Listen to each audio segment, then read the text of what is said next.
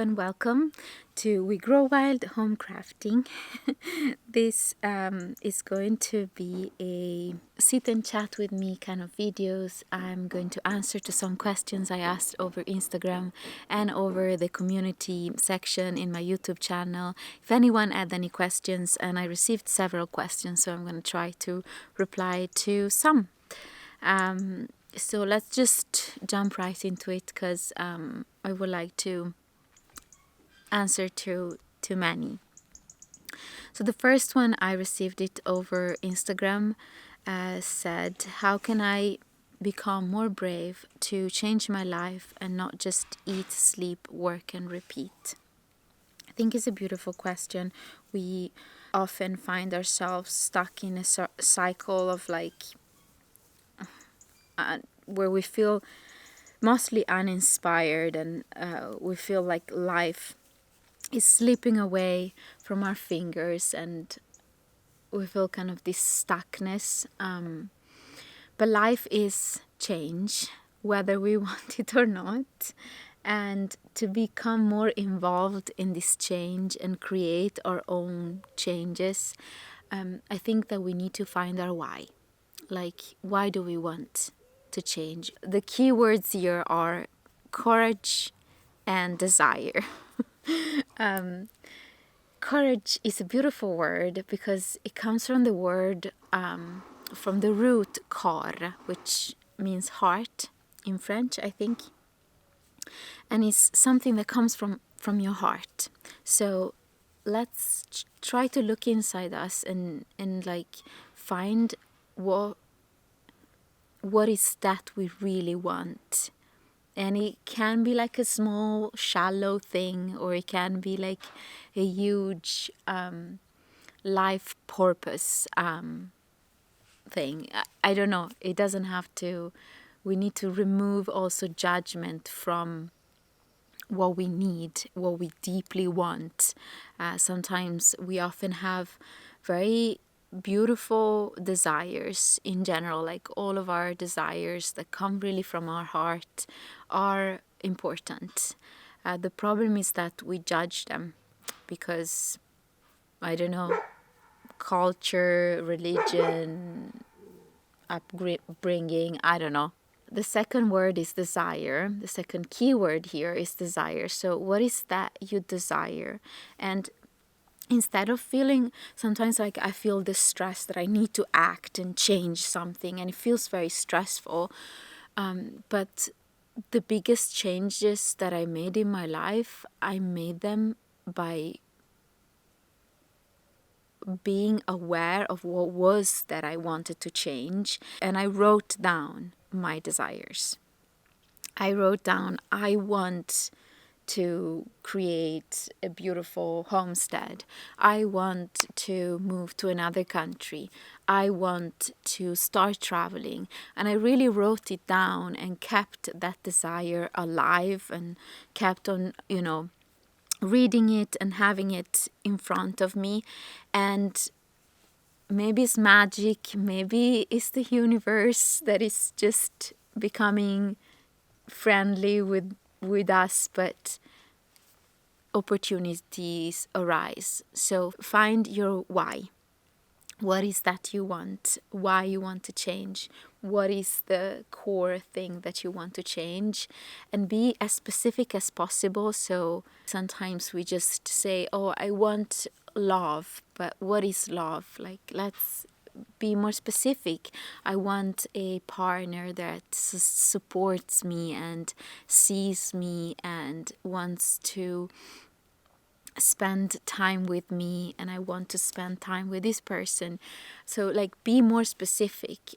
The courage comes when there will be opportunities surfacing, and we'll find that courage and that excitement and enthusiasm to just catch that opportunity, catch that train and make that change or make that step. And things don't need to be super big and huge, Your desire can be like super small. It can be like, I want to have 2 hours per week where I just go in a forest and sit and meditate. It can be like a small thing, or it can be like, I want a new laptop. Nothing, that we should really remove the judgment. Nothing is more important than anything else, right? When it comes to our heart desires. I don't know if I've been clear, but find what you want, write it down, and just hold that desire in your heart. And when the opportunities will surface, you can find the courage and, be courageous enough to see them and catch them. But I don't really know your situation, and I should have said that before in the beginning. So I don't really know if this is relevant for you, but it works all the time for me. And I don't know how to call it, if it's magic, manifestation, whatever. But every time I really sit down with a glass of wine or with a tea and I really relax and try to understand what is that I want, and I own that and I don't judge it, opportunities surface. So, and it's not privilege, it's not a miracle. I mean, it is a miracle, but it's something that everyone can access if we try. So I hope this helped. I hope so, and I hope I've been clear enough, because that's sometimes I have a lot of clarity in my head, but then the communication part is hard for me sometimes. Okay, what is something that has brought you joy recently? I have been struggling quite a little bit with building this house and, navigating life in general, and a partnership, it's been hard. But what really brings me joy on a regular basis is my dogs, which feels quite banal, but they just they're just a burst of love and joy for me. And especially in this specific period, like from the 1st of January, I started a little yoga journey. I was like, okay, I want to reconnect with my body. I want to feel juicy again. And let me just dedicate 10-20 minutes of my day to a yoga class on YouTube. And I've been following this Flow 30 Days yoga journey by Yoga with Adrian. And it's been so wonderful. It's been such a joy coming home to myself and finding a friend within me, finding friendship within my body, finding that kind of awe towards the wisdom of my body. And that's something that really brought me joy and brings me joy on a regular basis. So everyone is like, yeah, go and work out, go to the gym, do yoga. Like, I'm not excited when it comes to those type of resolutions, but this, little yoga practice, which is not really like a sweaty one, it's not that I'm working out, but it feels, I really feel I'm cutting out of my day a very beautiful sanctuary space for me, and it just amazing. I highly recommend it if you're especially because I think it's for all ages and different levels. She's really a really amazing teacher, so I recommend it. But thank you for asking this question. Have you solved the bat issue in your new house? So for those who don't know, we got this beautiful house, we got this property in July 2023, and the first time that we slept here is an unfinished house, so we're renovating it. We were basically invaded by a storm of bats. So there are bats in the house, and I still think they're there. And actually recently I've been finding things that are being mulched, eaten. I was looking for my soap. I've been making soap for a while now, and I have this soap next to like a water container because I would wash my hands, and I couldn't find my soap. And yesterday we came here and I found my soap not in the place where I left it, and it was all eaten up. Like, not all, because there was still half of the soap, but it had like the prints of teeth. And it's either a bat or a mouse, a rat. We don't know. I believe it's a bat. I've been seeing little feces around the house, so I believe they're still there. But maybe they're kind of in this hibernation mode. I don't know. And I think that until we'll be able to, plaster the walls, I think they will be there. But I believe that the more we've been sleeping here and we had no problems. There weren't any bats waking us up in the night, and I think the dogs also kind of would have reacted. We had peaceful nights and no bats, but I believe that when we're not here, they just creep out. So I don't think we solved it, but we'll see when the warmer season will come. I hope we can find a solution. Maybe we'll build a little bathhouse outside. I'm not sure, but yeah, I'm not sure we solved it. Ow, high up in the mountain is your new house. My dogs are drinking, so let's wait till they finish drinking. You're done? Very good. So our house is about 740 meters above sea level. I'll write on the screen in feet.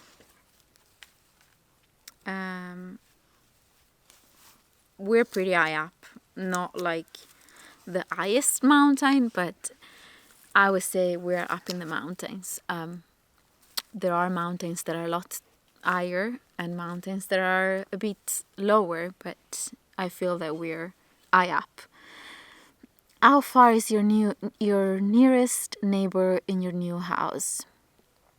I think it's about 5.5 kilometers, if I'm not mistaken. The house is pretty much in the middle of, a beautiful area with no neighbors. But yeah, we have a lovely neighbor. He's been helping us so much. He has a tractor, so sometimes we had to, bring like huge logs here because Mike wants to build like a solar panel structure with this big, super heavy logs, and we couldn't, transport them with our car or anything, right? So he was like, I can help you, and we're so grateful. So grateful. I'm so grateful he's here, and I want to get to know him more, and also his girlfriend. They're really wonderful. So yes, how far? No, that I read it. What are you planning to plant in your new home, especially like vegetables? Today I've been sitting here and doing a little bit of gardening, garden planning, and I've been kind of consulting these 2 books. I have other gardening books, but these ones are my favorite. This is really down to earth, beginner friendly gardening book. Organic Gardening, The Natural No-Dig Way by Charles Dowdin. And he's also a YouTuber. He has a beautiful YouTube channel with so many tips and tricks. It's all about no-dig gardening.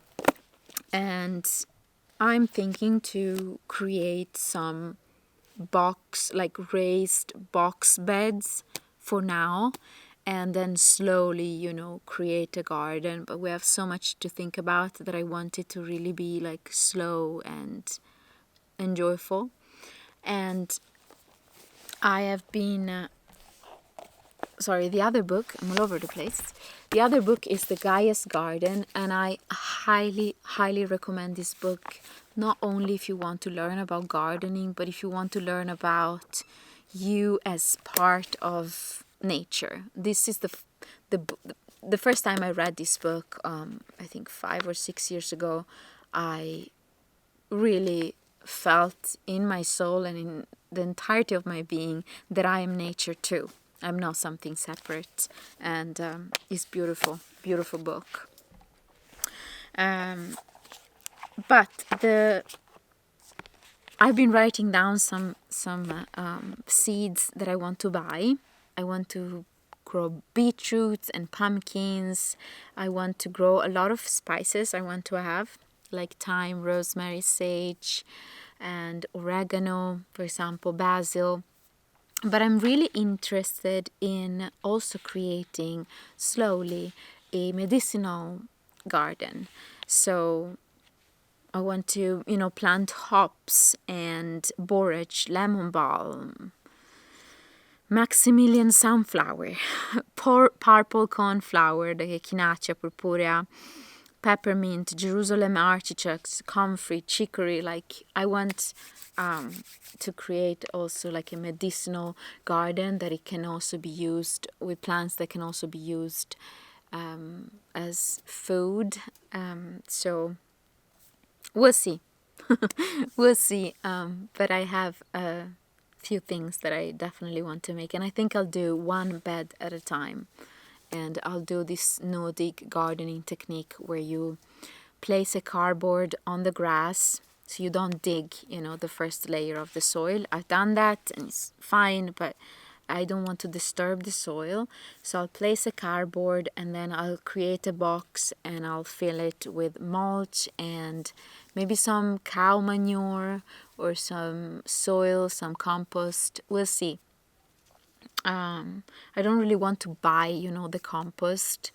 And my neighbor, the one I mentioned before, has cows, so maybe I could ask him if I could buy or get some cow manure to kind of bring some organisms into the soil. But we'll see. I'm planning. I'm in this phase of planning. Okay, next question. Okay. So more than one person asked me what we do for a living, how we get to pay for the renovation, how much is the renovation costing, and all of that. I think I mentioned before that I don't have a 9-to-5 job.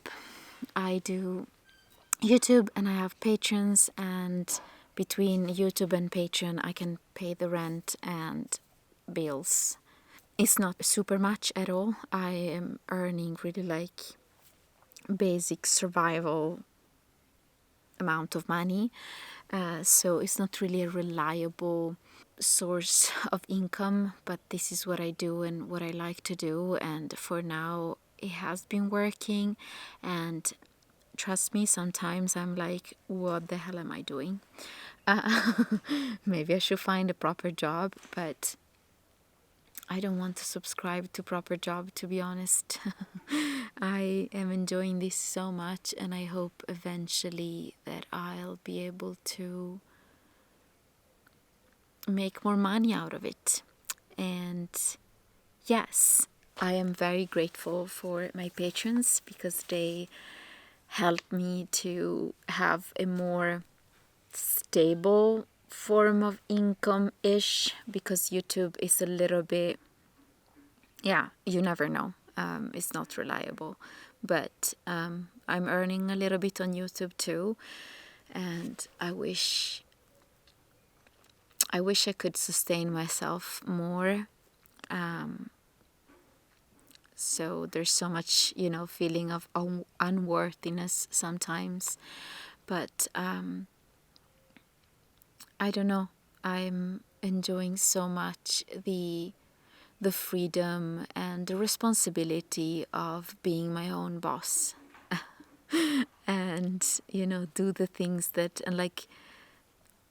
that I want, and find my own voice in my business, even though it's not really a business, if that makes sense.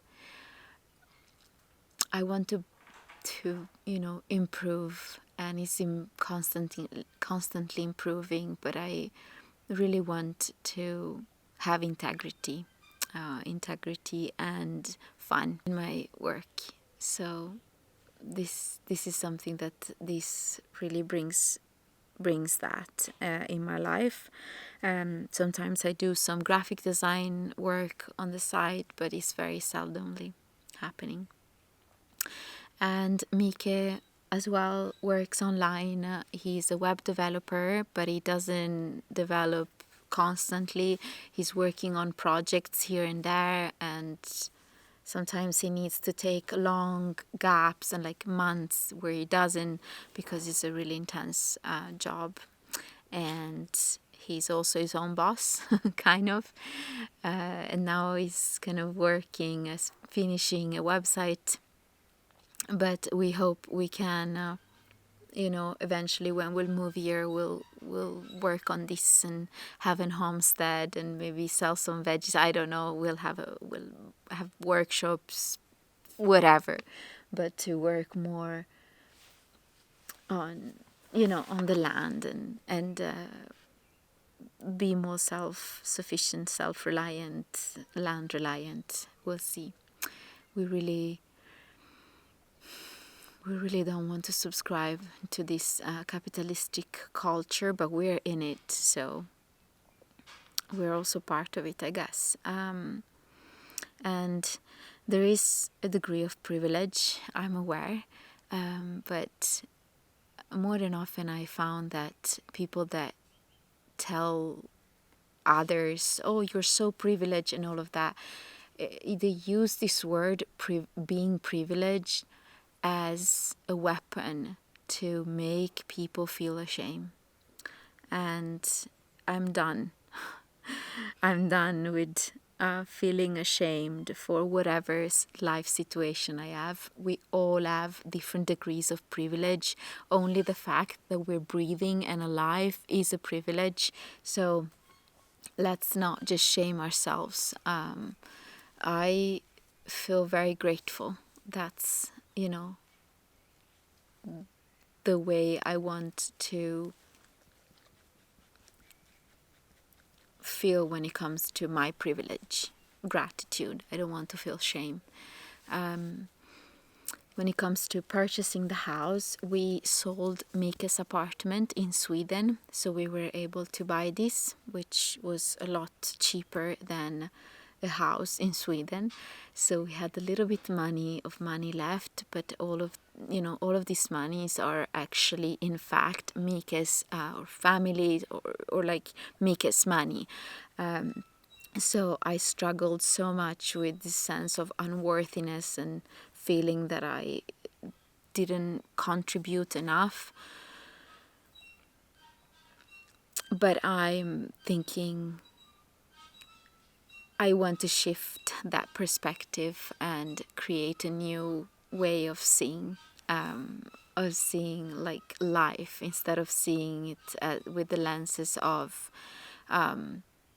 you have to bring money, you have to be productive to be able to be even worth it. And I'm putting all my energies and love in this, and I've been working all my life. Not when I was studying, actually, the university, that I wasn't working, but I am a hard worker, but I'm done to work for others who don't appreciate my being, I guess. I don't know. So that's why I'm working. I'm doing YouTube and Patreon, but again, they're is not really reliable. So sometimes I feel really stupid for sticking with this. But the joy and the love that I receive is so worthy for me to continue doing it. And we'll see how long I will do this. But for now, it just the fun, the excitement, the enthusiasm, the feedback that I receive are outweighing the doubts and the instability of this job. So yes, I hope this answered some of the questions that I received around money and yeah. And when it comes to how much the renovation is costing, every small thing costs a lot, but the more you do yourself, the more you work on it yourself and try to find solutions, the less it can cost. So we've been doing so much research. Mika has been doing tons of research for the solar panels and batteries and different materials, and we've been really trying to find things secondhand. So I can't really tell you exactly how much we spent, but we've been trying to be really, really aware of our money, and we've been doing basically everything ourselves. Also, when it comes to building, now we're using earth from the land, soil from the land, and straw from a local person. So we're really, maximizing and using really, cheap materials that are also really good. And another person asked me about mold, if we're worried about mold, how we're tackling mold in the house. And actually, the more natural and breathable materials you use, the less mold you find. So we're dealing right now with a little bit of mold because we're creating this earth plus straw wall, and you need to put some water, so it has moisture, and this moisture has to escape, and since it's not so warm, is slowly drying, and so there is a little bit of white mold forming, but we're not worried at all. And in the end, we'll plaster it with lime and maybe sand, we'll see. And lime kills all of the organic or bacterials that are there. And yeah, sometimes we're really so afraid of mold, but it's really about the materials with which a house is built. And if we build materials like around here, we see houses that are built. The house that we live in right now, which is an apartment, has such a horrible insulation that there is black mold forming on the wall. And it's a finished house, done properly, like they say, but it's so badly done. And more than often, the building industry is using absolutely horrible materials that are toxic, non-breathable, and let's not even start talking about it. But I'm not worried for the way we're building things, and we're using natural materials. Another part of the wall, we're making it with wood, so there's no problem of molding. Plus, we'll have two wood burning stoves that hopefully will dry also this clay and straw wall that we're making.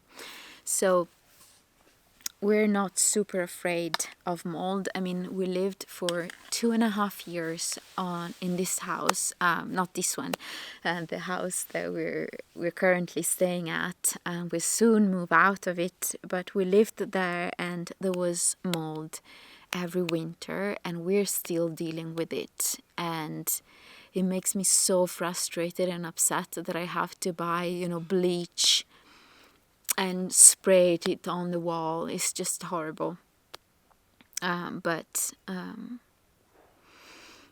I feel that if I also on top of it to be horrible to have it in our home, if I also put that worry and like stress in my body and like stress over it, I get more sick, if that makes sense. So I'm trying to just tackle the problem and move forward. And I think that situations like having mold in your house helps you to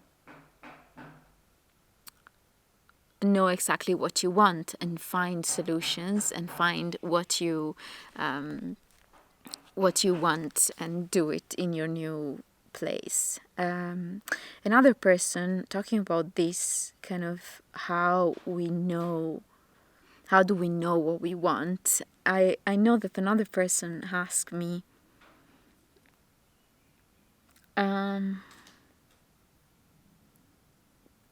how do you know what and how to do in your house?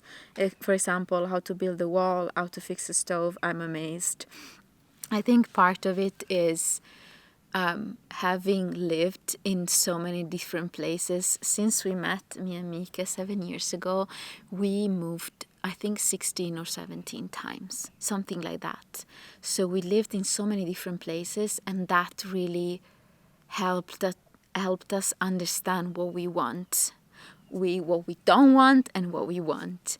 And so once you know what you want, I want a big kitchen, not a small one. I want, breathable walls, not like but poorly insulated walls, for example. Then you try to go and find how to create that. We do a lot of research, a lot of Googling, a lot of experimenting, a lot of trial and errors. And it's fair to say that Mika is an amazing builder. He is a natural builder, not that he really built houses before, but he's an engineer, and he's so, meticulous and so slow and really intelligent and wise when it comes to finding what to do. And he has also, I think, in his heart, he knows what he wants in his, what gives him joy, and so he goes for that. So yes, Mika is the answer. For me, at least. What's your favorite food?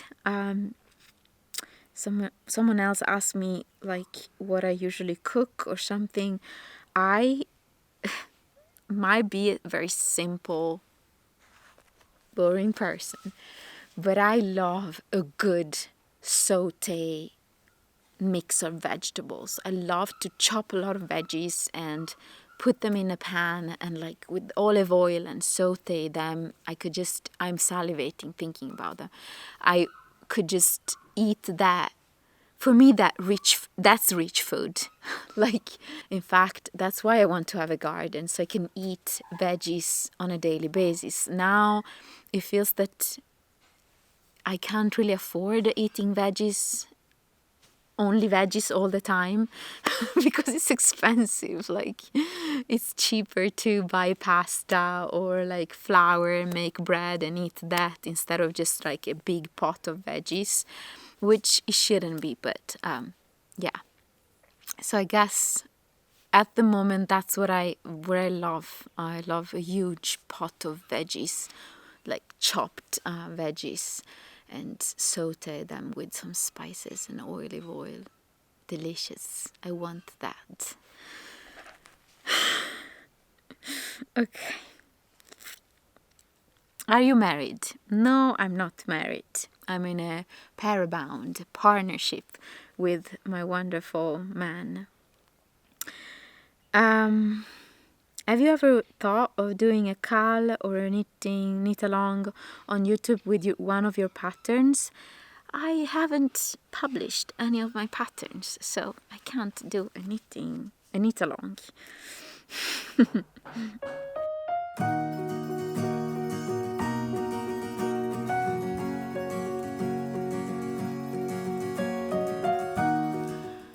Any controversial opinion about yarn and knitting you might have? Oh yes, I do. The most, I think, controversial. I don't know if it's controversial, but I've, I'm seeing a lot of new designers or designers in general that are sharing patterns that are looking exactly or almost the same as others' designs that you can find around.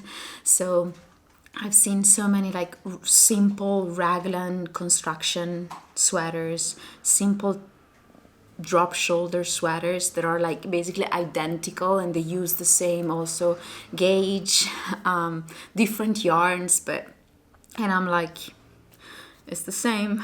You just copied it, but they probably didn't copy it. I just feel, yeah. And at the same time, I also appreciate that there is abundance and everyone can publish and share their design, no matter if they're very similar to other designs.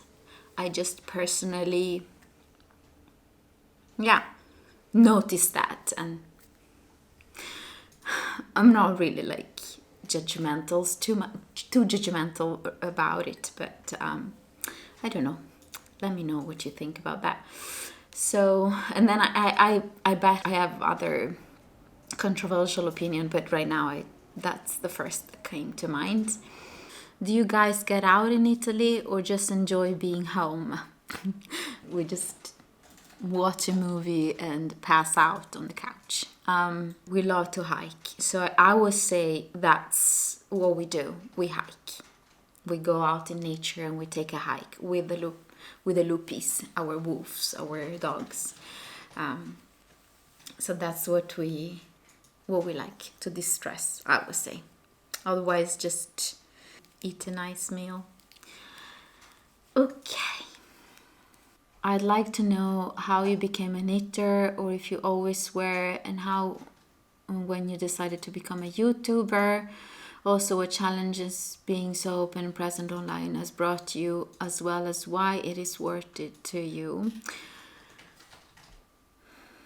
I talked a little bit about that already in another Q&A that I've done, but I always like to share my craft, and not necessarily knitting, but what I was doing. And I liked the format of YouTube in general. Like, there is so much crap, but there is also so much art and beauty, and I was like, let me just try. And I tried, and I really liked it. Another question in the same question was, what challenges being so open and present online has brought you, as well as why it's worth it to you.